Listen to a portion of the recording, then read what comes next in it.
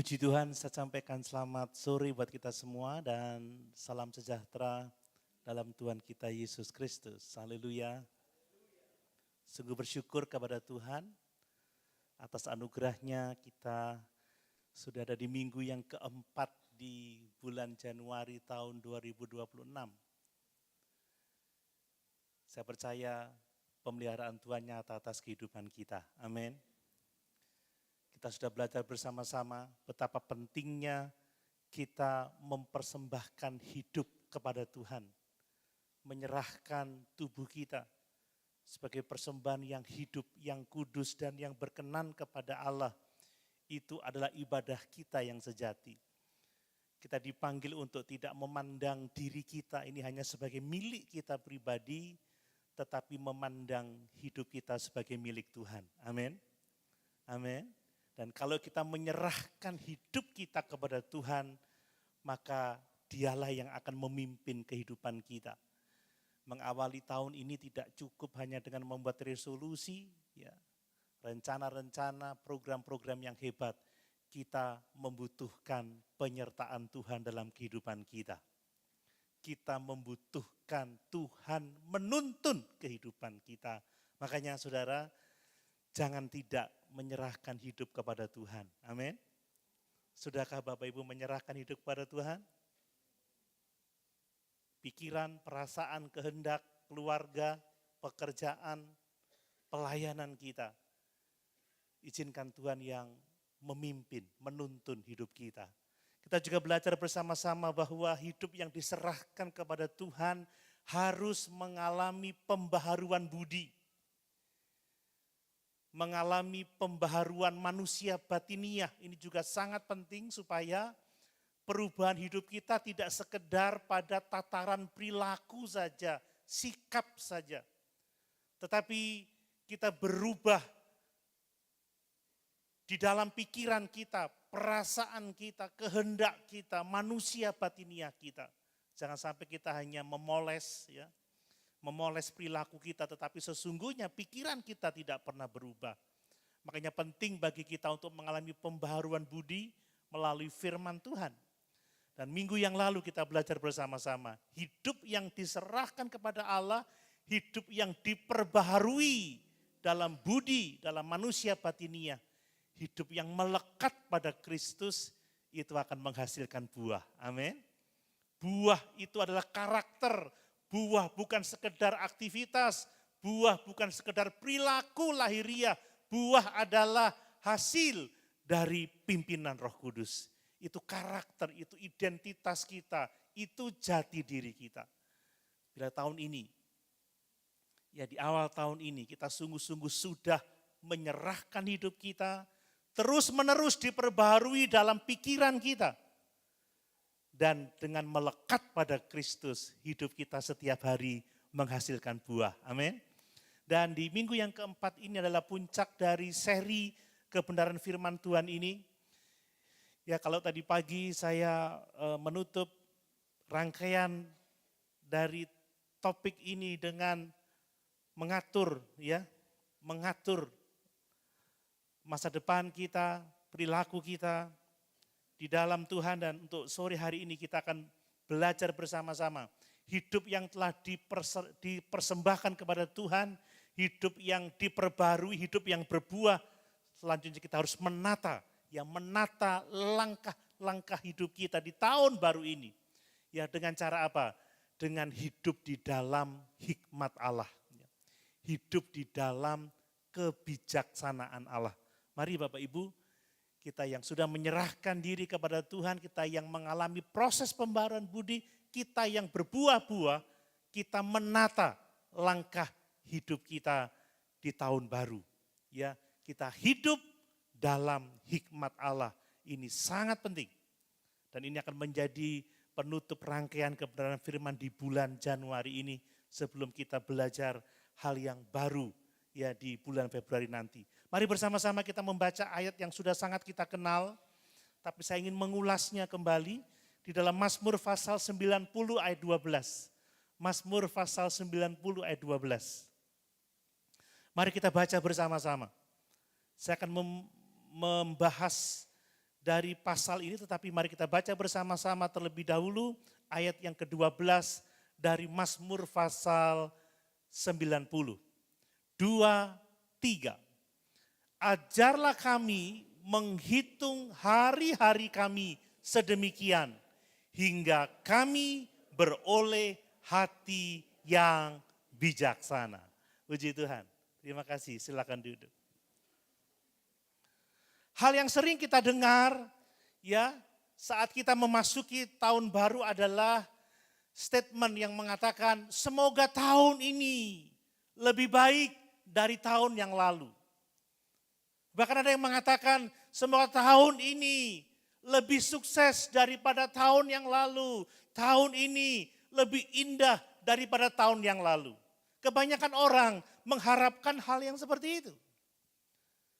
Bukan pengharapan yang salah, bukan. Saya juga menginginkan tahun ini adalah tahun yang baik bagi kami, bagi keluarga, bagi jemaat, bagi kita semua.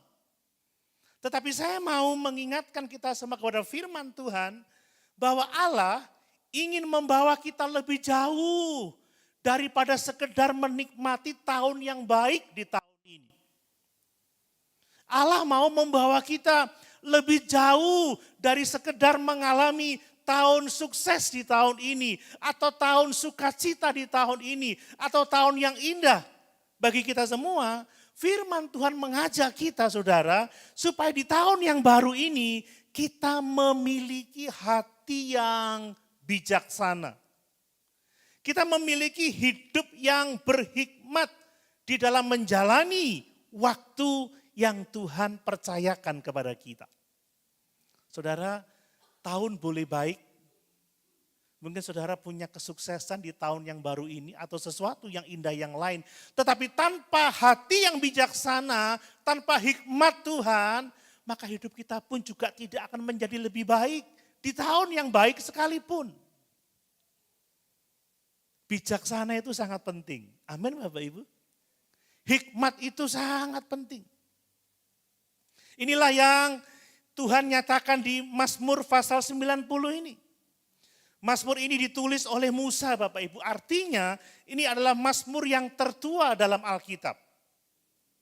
Dan di dalam Mazmur ini Musa sedang merenungkan tentang kemahakuasaan Allah yang kekal. Dan Musa juga sedang merenungkan tentang kelemahan manusia yang fana. Dan di tengah-tengah perenungan akan kemahakuasaan Allah yang kekal dan kelemahan manusia yang fana, Musa tidak meminta umur panjang, perhatikan. Musa tidak meminta umur panjang. Tuhan tidak meminta lebih banyak berkat dalam hidupnya. Tetapi Musa meminta supaya dia memiliki hati yang bijaksana. Amin Bapak Ibu. Ini sesuatu yang sangat luar biasa. Kok aneh ya? Musa gak minta lebih banyak berkat, gak minta umur panjang di tahun-tahun yang baru mungkin seperti itu dalam perenungannya, tapi dia meminta hati yang bijaksana. Kenapa Musa meminta itu? Karena Musa tahu bahwa hidup yang panjang sekalipun tanpa hikmat, hidup itu bisa menjadi sia-sia. Saudara, ada orang yang umur panjang tapi hidupnya sia-sia. Tidak berarti. Tidak memuliakan Tuhan, tidak menjadi berkat. Umurnya panjang, tapi tidak hikmat. Tidak berhikmat, tidak bijaksana menjalani hidupnya. Musa tahu bahwa sekalipun mungkin hidupnya tidak panjang, mungkin usianya singkat, tetapi dengan kebijaksanaan dari Allah, dengan hikmat Allah, maka hidup yang singkat itu, hidup yang tidak lama itu bisa menjadi hidup yang begitu memuliakan Tuhan. Saudara, ingat Yesus? Yesus hanya berumur 33,5 tahun saja. Tetapi hidup yang singkat, yang relatif singkat itu telah begitu sangat berarti, sangat bermakna. Amin Bapak Ibu Saudara. Melalui hidupnya kita semua memiliki anugerah untuk diselamatkan hanya oleh iman kepada Yesus. Dia telah memuliakan Allah di dalam seluruh kehidupannya. Itu sebabnya mari saat ini Bapak Ibu, kita mau belajar bagaimana menata langkah hidup kita di tahun yang baru ini. Bukan dengan keinginan kita sendiri, bukan dengan hikmat manusia, tetapi kita mau menata langkah hidup kita di tahun ini dengan hikmat Allah. Hidup yang kita persembahkan ini, hidup yang diperbarui ini, harus kita tata langkah demi langkah setiap hari sesuai dengan kehendak Tuhan. Amin. Supaya buah-buah kehidupan kita itu sungguh-sungguh memuliakan Tuhan, sungguh-sungguh menjadi berkat bagi orang-orang yang ada di sekitar kita. Mari saya mau mengajak kita semua melihat ada beberapa poin penting dari Mazmur pasal 90 ini supaya kita dapat menata langkah hidup kita di tahun baru ini. Menata dengan hikmat Allah, menata dengan kebijaksanaan Allah. Yang pertama perhatikan Bapak Ibu, kalau kita ingin menata langkah hidup kita di tahun yang baru ini, yang pertama-tama kita harus sadar bahwa kita ini memiliki waktu hidup yang terbatas. Ini yang pertama-tama perlu benar-benar kita sadari. Manusia itu memiliki waktu yang terbatas. Kita harus benar-benar bahwa kita ini tidak selama-lamanya hidup di atas muka bumi ini. Ya, tadi kita sudah membaca di ayat yang ke-12, tapi coba kita lihat ayat yang ke-10. Masa hidup kami 70 tahun dan jika kami kuat 80 tahun. Dan kebanggaannya adalah kesukaran dan penderitaan. Sebab berlalunya buru-buru dan kami melayang lenyap. Siapakah yang mengenal kekuatan murkamu dan takut kepada gemasmu? Ajarilah kami menghitung hari-hari kami sedemikian hingga kami beroleh hati yang bijaksana. Perhatikan, sebelum Musa berdoa meminta hati yang bijaksana, pertama-tama dia menyatakan realitas hidup manusia, bahwa hidup manusia itu terbatas. Usianya terbatas. Ya, dia mengatakan masa hidup kami 70 tahun dan jika kuat 80 tahun. Bapak Ibu, ini bukan sekedar perhitungan statistik ya, tetapi ini refleksi teologis yang sangat mendalam tentang sifat hidup manusia. Bahwa manusia itu sesungguhnya fana. Amin. Manusia itu fana. Hidupnya cepat berlalu, saudara ya. Dan tidak ada di antara manusia yang sepenuhnya dapat memegang kendali atas usia hidupnya. Saudara, kalau mau berhikmat kita harus sadar ini. Bahwa waktu hidup kita di dunia ini terbatas. Lihat, Musa menegaskan itu. Terbatas. Tidak ada seorang pun yang dapat menambah umurnya semaunya sendiri. Tidak bisa. Bahkan kekhawatiran, usaha apapun juga, kata Tuhan Yesus, tidak akan menambah sehasta saja dalam jalan hidup kita. Dan hidup manusia itu sangat pendek dibandingkan dengan kekekalan Allah. Ini realitas yang harus terus kita sadari. Coba lihat ayat yang kedua Bapak Ibu. Ayat yang kedua dari Mazmur pasal 90. Ya, sebelum gunung-gunung dilahirkan dan bumi dan dunia diperanakkan, bahkan dari selama-lamanya sampai selama-lamanya Engkaulah Allah. Allah itu kekal Bapak Ibu. Dari selama-lamanya sampai selama-lamanya. Dia adalah Allah. Dia adalah aku yang adalah aku. Itulah namanya. Dia tidak bergantung pada apapun juga. Pada siapapun juga. Dia tidak berubah dahulu, sekarang, dan sampai selama-lamanya. Dia kekal. Artinya Bapak Ibu, waktu hidup kita ini dibandingkan dengan kekekalan Allah. Itu hanya seperti hembusan nafas saja. Ini yang harus terus kita sadari. Bahkan hidup yang singkat ini seringkali dipenuhi dengan kesusahan. Seringkali dipenuhi dengan kelemahan. Bahkan di ayat yang ke-10 dikatakan kebanggaannya adalah kesukaran dan penderitaan. Ini yang harus kita sadari. Bapak Ibu, ini mengingatkan kita terus. Bahwa kita ini hidup di dunia ya, bukan di surga. Sehingga kita tidak boleh hidup tanpa hikmat Allah. Kita tidak boleh hidup tanpa pertimbangan rohani. Kita tidak boleh hidup tanpa kebijaksanaan yang datangnya dari Tuhan. Saya memperhatikan dalam bahasa Ibrani, kata menghitung itu dari kata Ibrani limnot, saudara. Limnot. Limnot itu artinya menghitung dengan teliti, menghitung dengan bijaksana. Limnot itu artinya menilai dengan benar. Kita harus menghitung dengan bijaksana hari-hari hidup kita. Kita harus menilai dengan benar hari-hari hidup kita. Bahwa waktu kita terbatas. Limnot juga berarti memperhitungkan nilai suatu hal.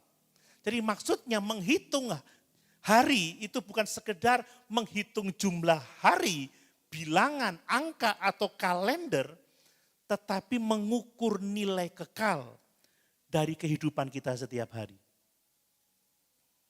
Maksud firman Tuhan seperti ini Bapak Ibu. Hidup kita panjang pendeknya tidak ditentukan oleh seberapa panjang pendeknya hidup kita, tetapi seberapa hidup kita bernilai di hadapan Tuhan. Amin. Seberapa hidup kita bernilai untuk sesama kita. Ini yang harus kita ingat. Kalau kita mau menata langkah hidup kita dengan hikmat Allah. Alkitab menggambarkan dengan begitu luar biasa tentang bagaimana terbatasnya hidup manusia itu. Di dalam Yesaya pasal 40 ayat 6 sampai ayat yang ke-7 dikatakan manusia itu seperti rumput. Bapak Ibu. Coba kita lihat Yesaya pasal 60 ayat 6 sampai 7. Yesaya pasal 60. Ya. Maaf, 40 maksud saya. Yesaya pasal 40. Ayat 6 sampai 7. Ya. Ada suara yang berkata, berserulah, jawabku. Apakah yang harus kuserukan? Seluruh umat manusia adalah seperti rumput. Perhatikan itu. Dan semua semaraknya seperti bunga di padang. Rumput menjadi kering, bunga menjadi layu. Apabila Tuhan menghembusnya dengan nafasnya, sesungguhnya lah bangsa itu seperti rumput. Saudara, Allah mau kita menyadari betapa fananya kita. Amin. Ini yang akan menolong kita untuk hidup bijaksana.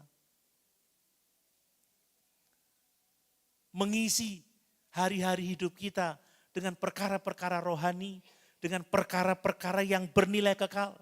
Dalam Yakobus pasal 4 ayat yang ke-14 dikatakan, hidupmu itu seperti uap yang sebentar saja kelihatan lalu lenyap. Di dalam Ayub pasal 7 ayat yang ke-6 dikatakan, hari-hari kami berlalunya cepat sekali. Gak lama dibandingkan dengan kekekalan Allah.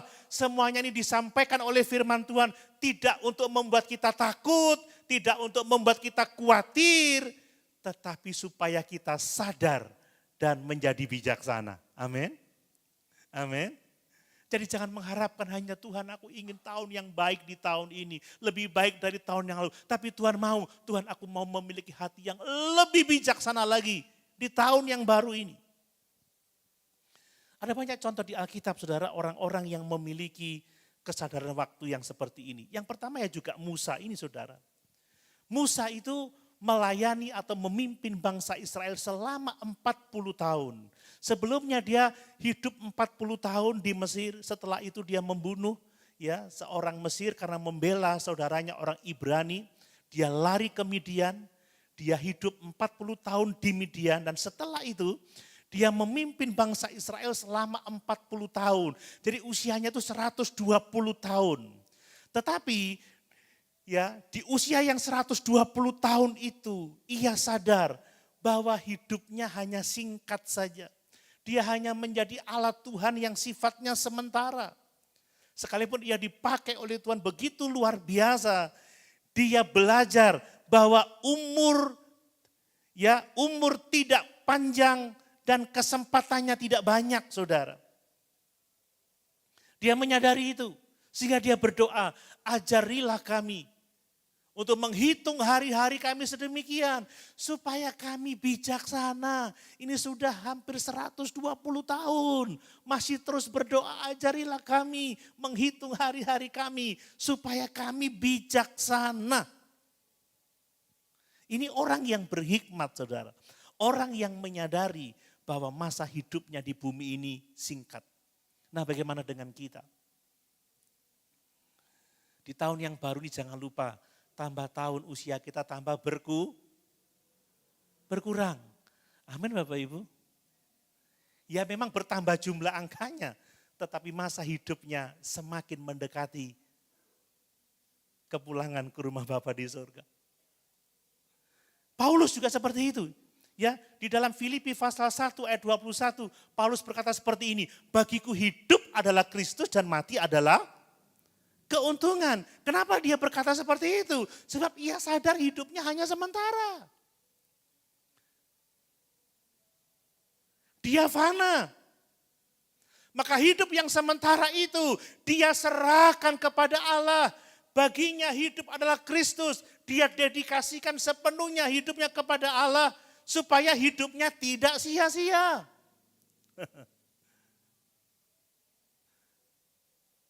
Paulus tahu bahwa hanya dengan mempersembahkan hidupnya kepada Allah, hidupnya akan berarti dan akan menuai kekekalan.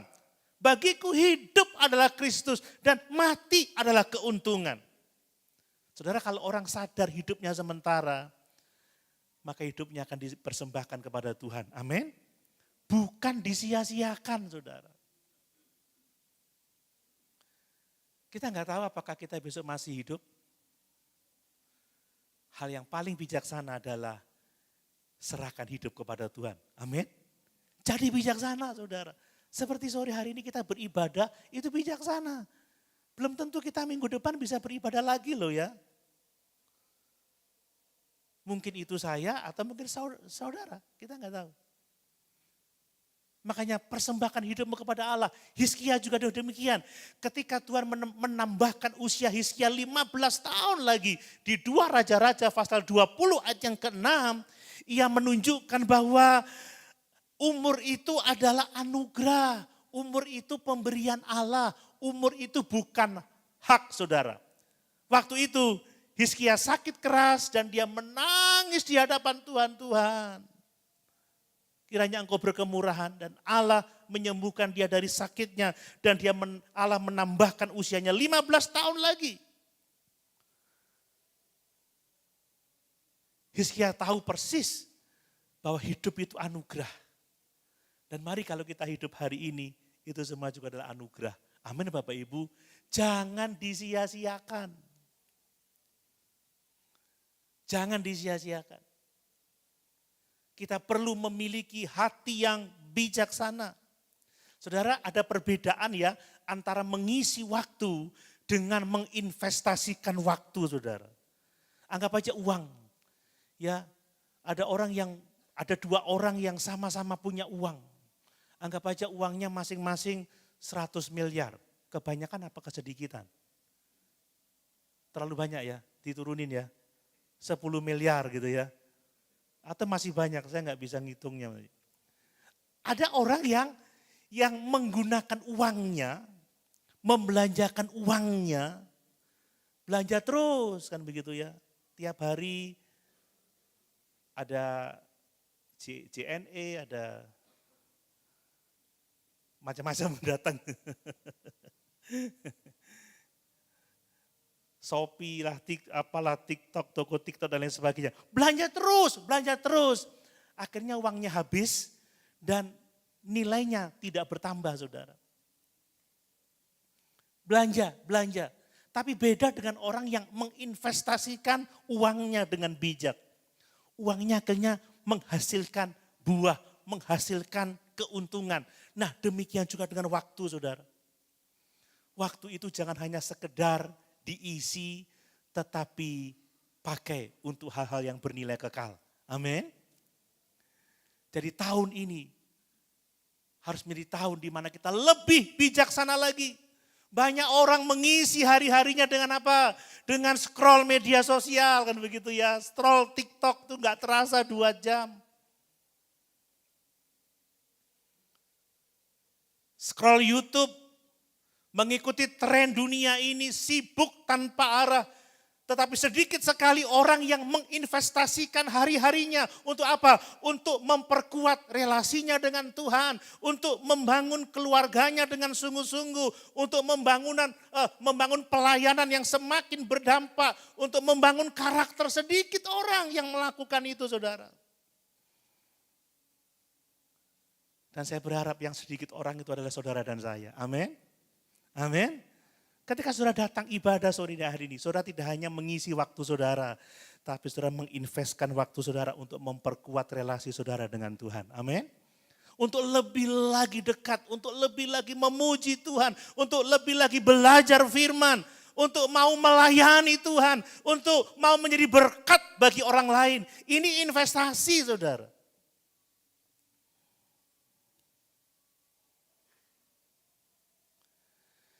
Saya pernah diundang di satu acara retreat keluarga ya. Saya tanya, ini anak-anak yang dikumpul di sini screen time-nya berapa? Itu ada yang sampai 12 jam, saudara. 8 jam, 5 jam. Tapi waktu doanya berapa? Waktu doanya pokoknya 3 kali sehari. Sarapan, makan siang, dan makan malam. Baca Alkitabnya kapan? Tiap hari Minggu, itu pun hanya di LCD, saudara. Enggak baca di Alkitabnya sendiri. Ngeri, saudara. Kita semua memiliki 24 jam setiap hari. Bedanya bukan di jumlah, tetapi bagaimana kita menggunakan waktu yang sama-sama kita punya 24 jam. Ada yang bijaksana, ada yang tidak bijaksana, ada yang hanya mengisi waktu dengan perkara-perkara yang tidak mendatangkan manfaat, yang tidak bernilai kekal, hanya memuaskan keinginan daging. Tetapi ada orang-orang yang menginvestasikan waktunya untuk berdoa, untuk membaca firman, untuk melayani, untuk membangun keluarganya, membangun pelayanannya. Mari Bapak Ibu, kesadaran akan terbatasnya waktu hidup kita, itu merendahkan hati kita. Amin. Merendahkan hati kita. Bahwa kita enggak berkuasa atas usia kita, atas umur kita enggak tahu.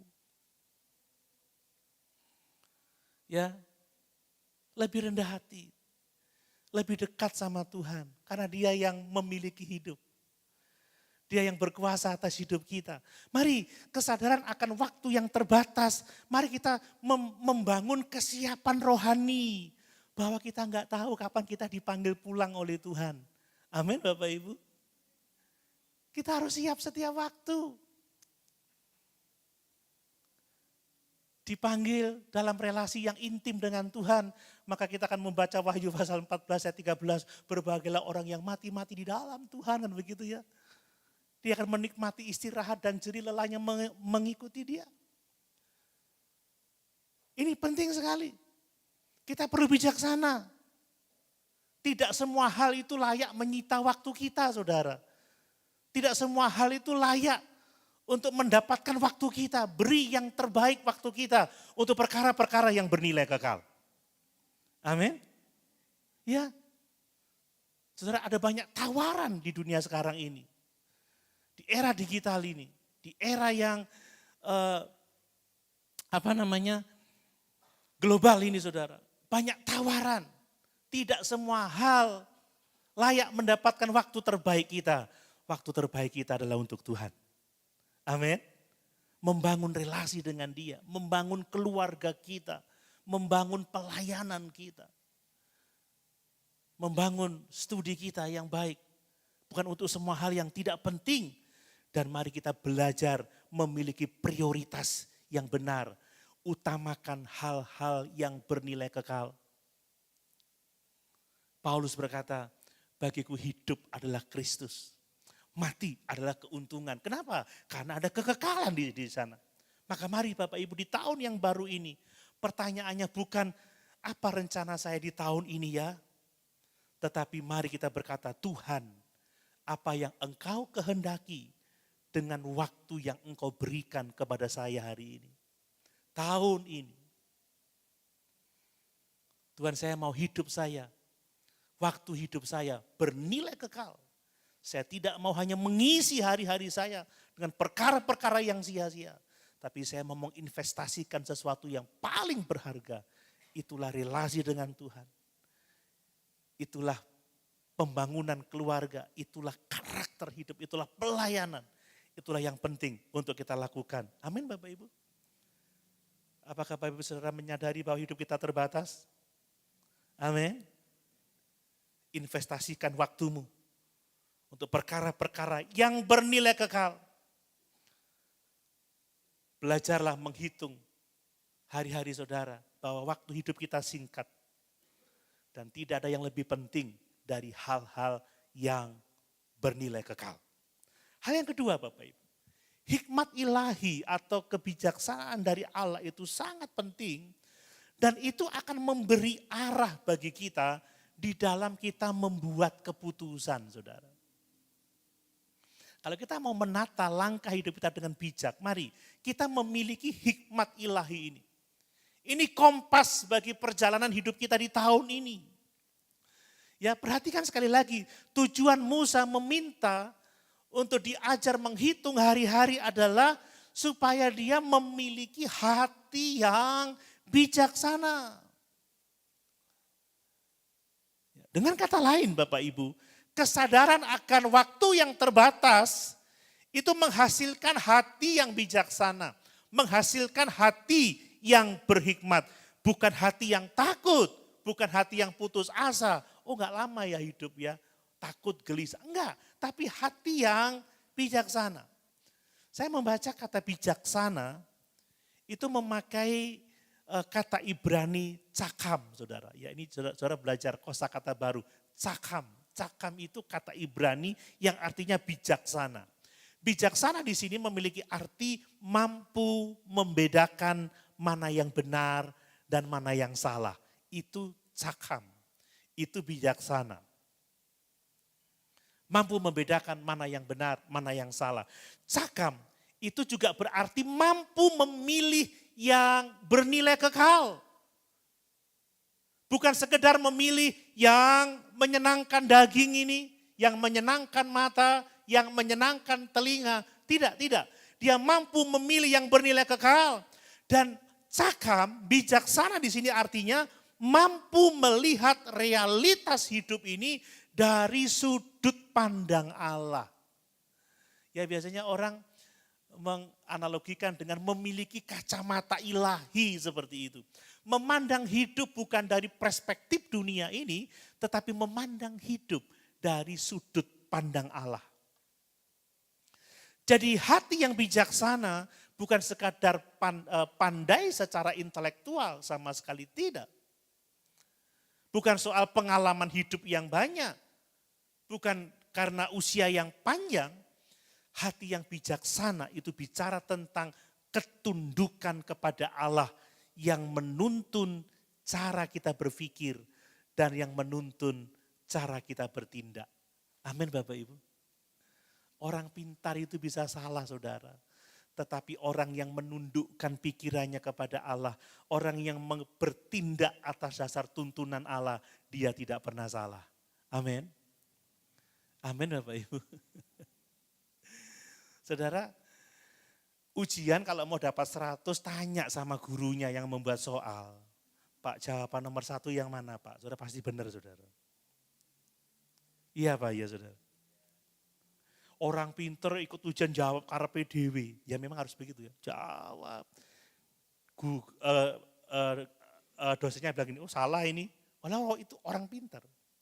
Tapi kalau dia mau belajar dari gurunya, Pak ini soalnya jawabannya apa? Jawabannya ini. Saudara pasti benar. Saudara, jangan bersandar kepada pengertian kita sendiri, tetapi bersandarlah kepada Tuhan. Amin. Makanya sebenarnya Amsal mengatakan permulaan hikmat itu adalah takut akan Tuhan. Coba kita baca Amsal 9 ayat 10. Ya. Amsal 9 ayat 10.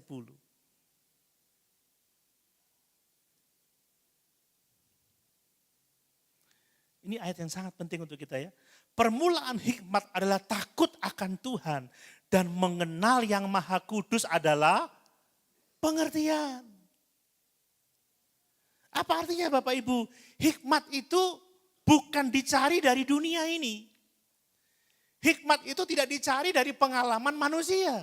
Hikmat itu dicari dari Tuhan. Hikmat itu dicari dari firman Allah. Amin. Firman itu adalah kebenaran. Makanya orang yang berhikmat adalah orang yang takut akan Tuhan. Mengenal Allah itu adalah pengertian. Hikmat yang sejati itu sumbernya dari Allah. Datangnya dari Allah melalui firman Tuhan. Makanya betapa pentingnya kita ini mengenal kebenaran firman Tuhan. Inilah yang disebut dengan Alkitabiah Bapak Ibu ya. Kebenaran itu harus Alkitabiah. Harus sesuai dengan firman Allah. Makanya kadang-kadang ya saudara, orang kalau memaparkan kebenaran Alkitab, secara nggak langsung kita ini mengatakan, oh itu salah ya. Oh ternyata Alkitab bilang begini, oh itu salah. Makanya Dana seringkali jadi pelayan firman itu dianggap arogan gitu ya, menganggap yang lain salah. Bukan pengkhotbahnya yang menganggap yang lain salah, tetapi firman kebenaran itu yang menyatakan yang lain itu salah, saudara, begitu kan. Makanya panggilan Paulus kepada Timotius, beritakanlah firman, ajarkanlah firman. Bukan sesuatu yang lain. Makanya di dalam Yakobus 1 ayat yang kelima juga dikatakan, jika ada orang yang kekurangan hikmat, mintalah kepada Allah, datanglah kepada firman. Hikmat itu datangnya dari Allah. Bukan dari manusia, bukan dari dunia. Makanya betapa pentingnya Bapak Ibu ya, kita ini mengenal hikmat Allah. Ya, hikmat Allah itu datang melalui firman-Nya. Amin Bapak Ibu. Makanya mimbar gereja itu harus memberitakan Injil yang sejati. Memberitakan Injil yang murni, bukan pandangan manusia, pikiran pendeta, atau sesuatu yang lain. Saudara, ada banyak contoh di Alkitab, orang-orang yang memiliki hikmat Allah. Di antaranya adalah Raja Salomo. Ketika dia diberi kesempatan untuk meminta apa saja. Waduh saudara, ia tidak meminta kekayaan atau umur panjang, tetapi dia meminta hikmat. Dia meminta hati yang faham menimbang perkara. Wah ini luar biasa. Enggak tahu kalau yang ditanya saya atau saudara, kamu mau apa dari aku? Aduh mungkin kita pikirannya macam-macam saudara ya. Pingin ini, pingin itu. Tapi Salomo, aku ingin hikmat Tuhan. Coba kita baca 1 Raja-Raja 3 ayat 9. 1 Raja-Raja 3 ayat 9.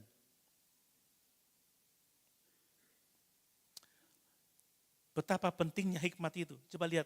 Maka berikanlah kepada hambamu ini hati yang faham menimbang perkara untuk menghakimi umatmu dengan dapat membedakan antara yang baik dan yang jahat.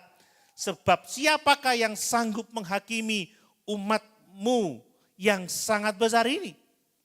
Ayat 10. Lalu adalah baik di mata Tuhan bahwa Salomo meminta hal yang demikian. Ayat 11 perhatikan.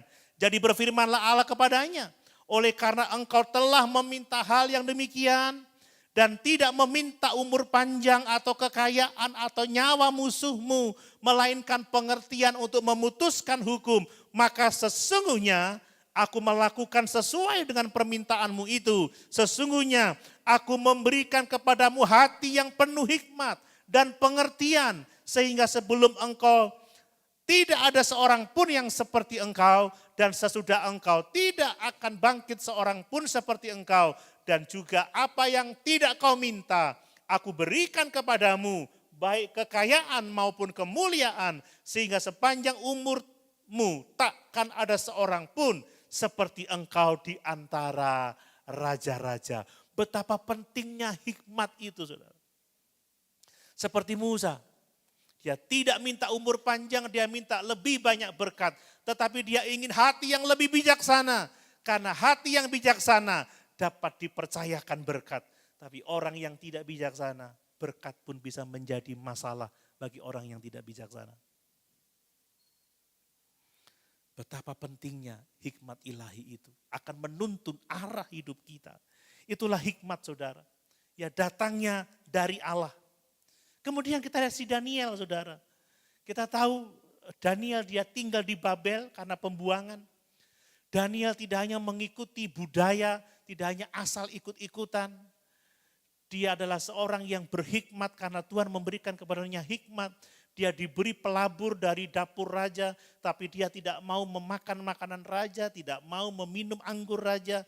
Karena dia berhikmat, memiliki hikmat Allah, dia tahu bukan karena makanan itu tidak enak, bukan. Tetapi itu bisa menajiskan dirinya. Dan karena hikmat itu, Allah mengangkat Daniel menjadi pemimpin yang sangat tinggi. Hikmat itu sangat penting. Orang yang berhikmat, dia hidupnya memuliakan Tuhan. Amin. Orang yang berhikmat dapat dipakai oleh Tuhan. Dan orang yang berhikmat dia dapat mengelola apapun yang dipercayakan kepadanya. Orang yang berhikmat dia dapat menjadi berkat. Ini penting. Paulus juga seperti itu saudara.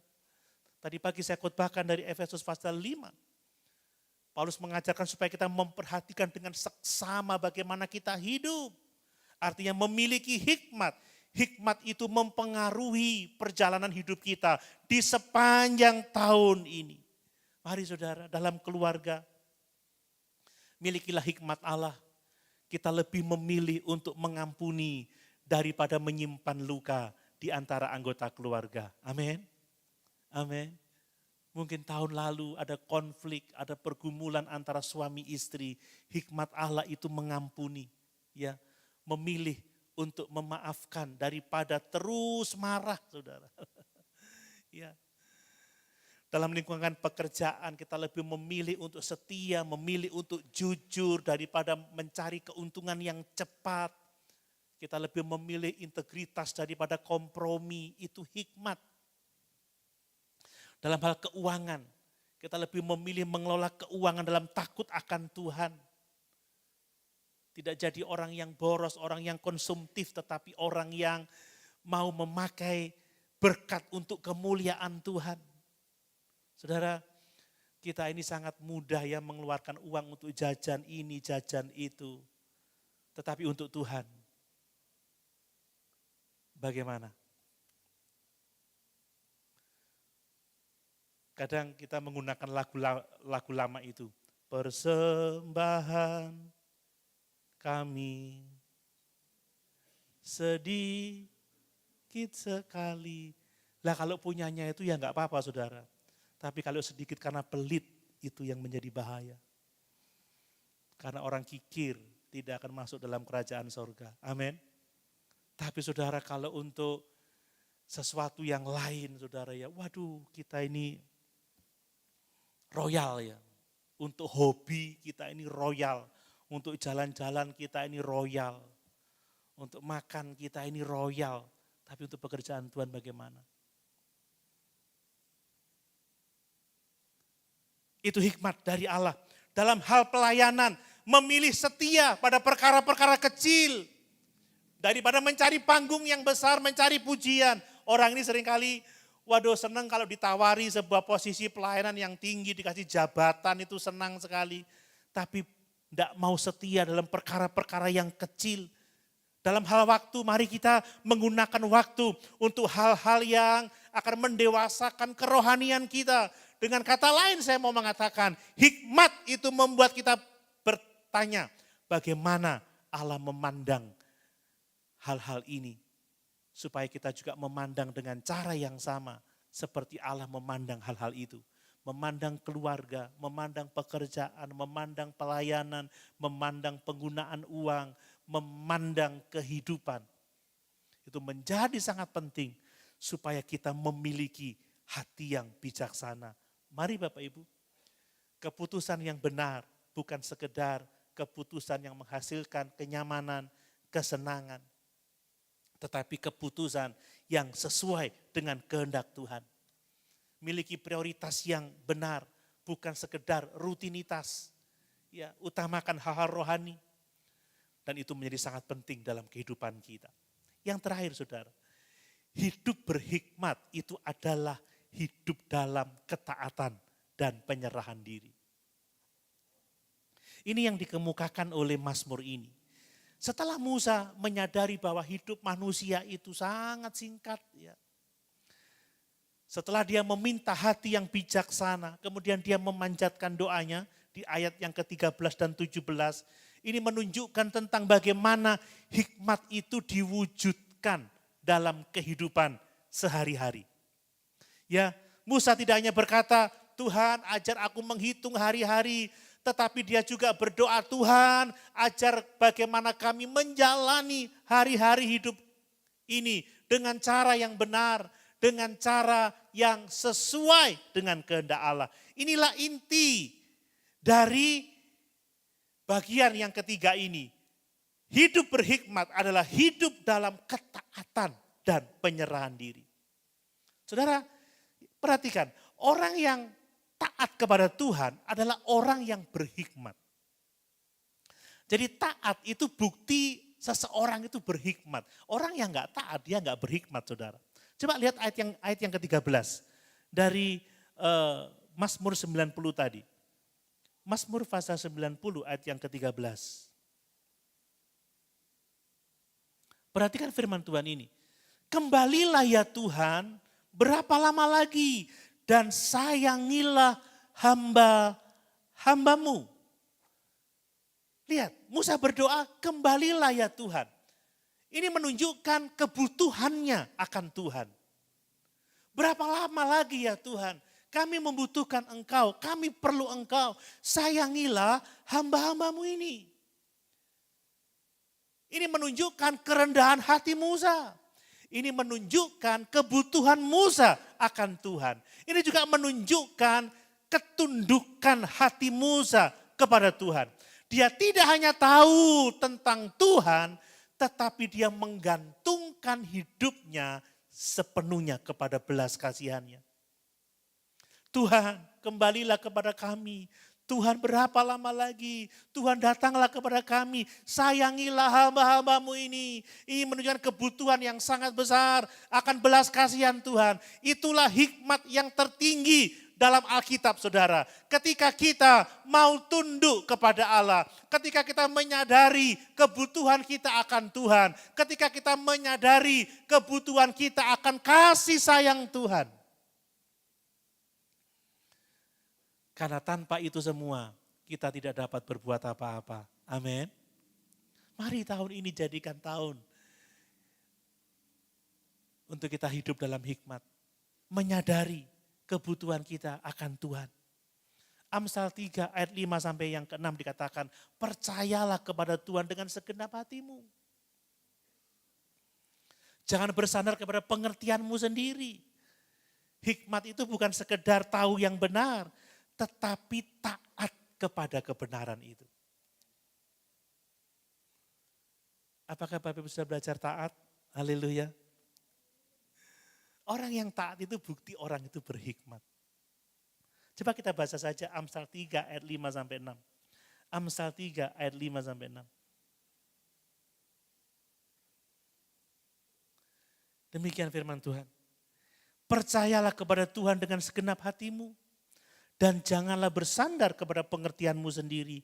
Akuilah dia dalam segala lakumu, maka ia akan meluruskan jalanmu. Amin. Kalau orang percaya kepada Allah, bersandar kepada Allah, taat kepada Allah, Allah itu yang akan meluruskan jalannya. Saudara mau lurus jalan di tahun 2026? Taat kepada Allah. Taat kepada Yesus. Ini bukti kita berhikmat. Kemudian, penyerahan diri itu menghasilkan sukacita dan kepuasan ilahi, saudara ya. Orang yang menyerah sama Tuhan itu akan mengalami kepuasan dalam dirinya. Ayat yang ke-14 dari Mazmur 90 tadi. Kenyangkanlah kami di waktu pagi dengan kasih setiamu, supaya kami bersorak-sorai dan bersuka cita semasa hari-hari kami. Bapak Ibu perhatikan kata kenyangkanlah kami. Kenyangkanlah kami di waktu pagi dengan kasih setiamu.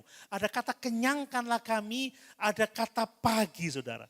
Kata kenyangkanlah ini berbicara tentang kepuasan terdalam dalam hidup kita. Ini berbicara mengenai kepenuhan hidup. Ini berbicara mengenai sukacita dalam hidup. Dan kepuasan hidup, kepenuhan hidup, sukacita dalam hidup tidak datang dari dunia ini, tetapi berasal dari kasih setia Tuhan. Amin Bapak Ibu. Saudara, orang boleh punya apa saja, tapi tanpa kasih setia Tuhan, hidupnya gak akan pernah penuh, saudara. Hidupnya gak akan pernah lengkap, hidupnya gak akan pernah puas. Ya, hanya kasih setia Tuhan, hanya Allah yang bisa memuaskan hidup kita, yang bisa mengenyangkan hidup kita. Ingat pujian lama itu, sungguh ku puas dengan Yesus, sungguh ku puas dengannya. Amin. Itu kepuasan sejati. Jadi kenyangkanlah, ini berbicara mengenai kepuasan terdalam yang hanya dapat diisi oleh firman Allah, yang dapat diisi oleh kasih setia Allah, yang dapat diisi oleh kehadiran Allah dalam kehidupan kita. Makanya orang-orang yang taat kepada Tuhan, orang-orang yang setia kepada Tuhan, hidupnya selalu puas sekalipun kita tidak lepas dari berbagai macam penderitaan. Amin. Amin Bapak Ibu. Ada sukacita yang tidak dapat kita pahami. Dan perhatikan, dikatakan kenyangkanlah kami di waktu pagi. Kenapa pagi saudara? Pagi itu adalah waktu yang paling awal. Kata pagi ini bicara tentang prioritas rohani. Waktu yang paling awal. Jadi untuk Tuhan itu bukan waktu yang sisa. Berikan yang terbaik untuk Tuhan. Waktu yang paling awal, waktu yang pertama itu untuk Tuhan. Saat kita bangun tidur, saat kita segar-segarnya. Disitulah waktu yang terbaik untuk kita membangun hubungan yang intim dengan Tuhan. Di dalam doa, di dalam pembacaan firman, di dalam penyembahan kepada Dia. Ini akan memberikan kepuasan yang sangat besar dalam hidup kita. Makanya Alkitab mencatat Yesus itu selalu berdoa pagi-pagi benar. Saudara, prioritas yang utama adalah Tuhan. Bangun pagi-pagi, utamakan Tuhan. Amin. Berlutut di kaki Yesus. Menyembah, berdoa, membaca firman.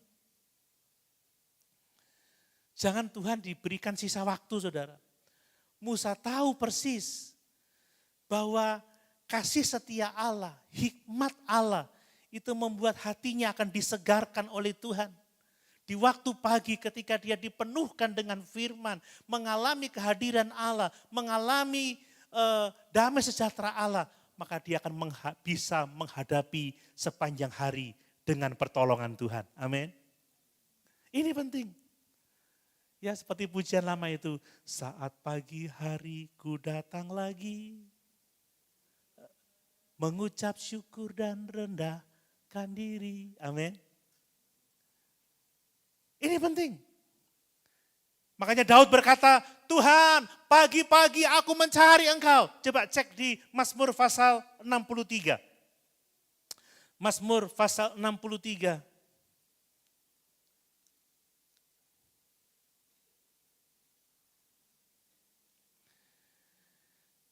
Lihat mulai ayat 1, Mazmur Daud ketika ia ada di padang gurun Yehuda. Ya Allah, Engkaulah Allahku, aku mencari Engkau.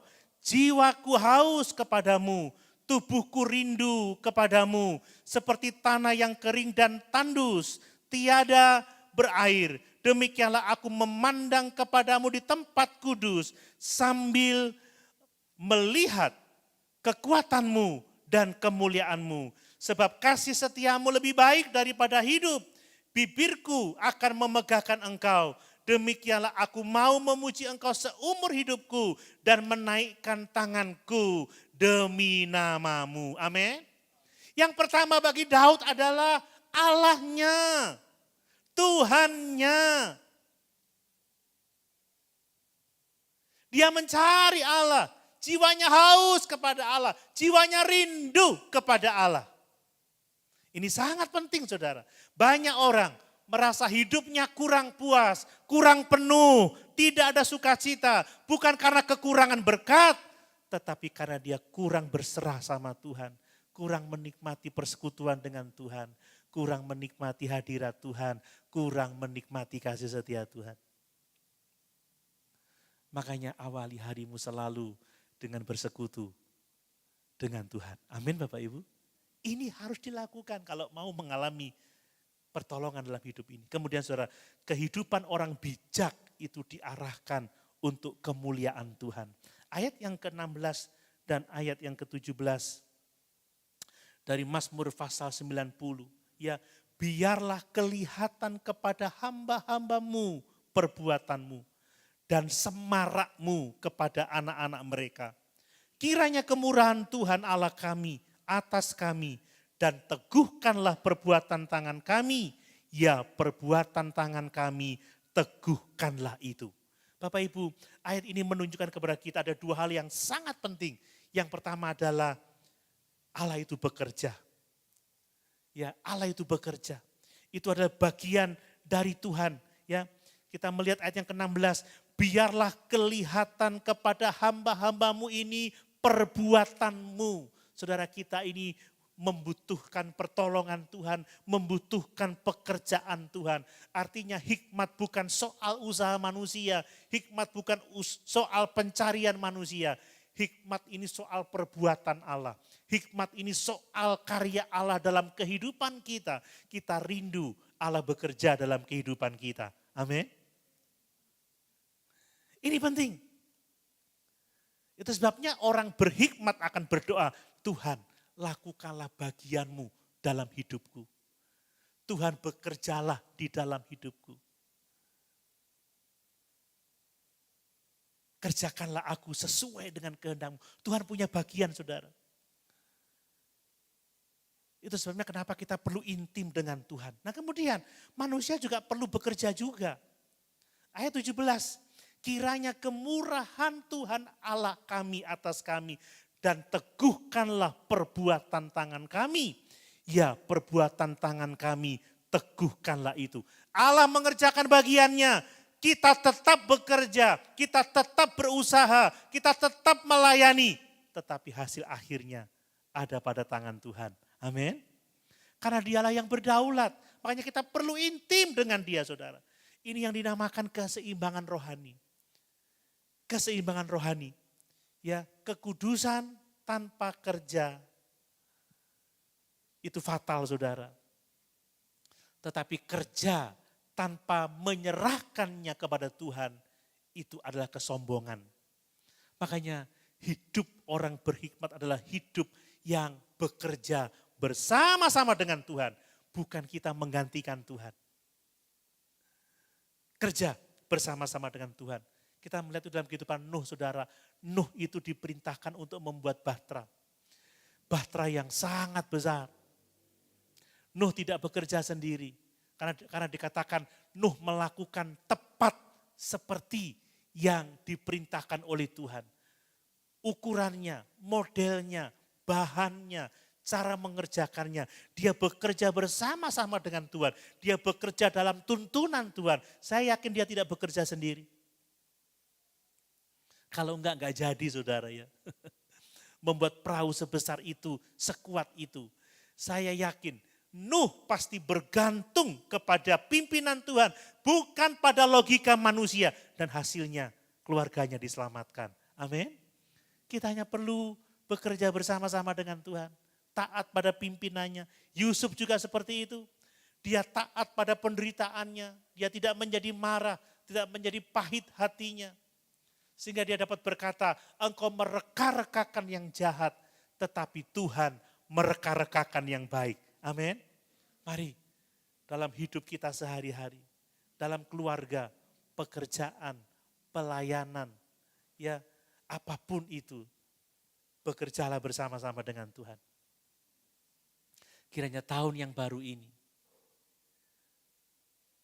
bukan hanya menjadi tahun yang lebih baik untuk kita, tahun yang lebih mendatangkan kesuksesan, tahun yang mendatangkan sukacita, tapi lebih dari itu Tuhan mau supaya kita hidup lebih berhikmat di tahun ini. Amin. Ya, karena sebaik apapun tahun ini, tanpa hikmat kita bisa menyia-nyiakannya. Sesukses apapun tahun ini, tanpa hikmat kita akan kehilangan arah. Hidup kita akan tetap kosong. Tidak ada kepuasan dalam hidup ini. Bagaimanapun hebatnya tahun ini, tanpa hikmat dari Allah, kita tidak akan mengalami yang namanya sukacita sejati. Amin. Amin. Mari Bapak Ibu, kita menata langkah hidup kita di tahun ini dengan hikmat Allah. Mari kita lebih lagi mengasihi Tuhan. Lebih lagi menginvestasikan perkara-perkara rohani, perkara-perkara yang bernilai kekal, mengingat waktu kita terbatas. Dan mari kita berjalan bersama-sama Yesus. Amin. Sama-sama kita berdiri.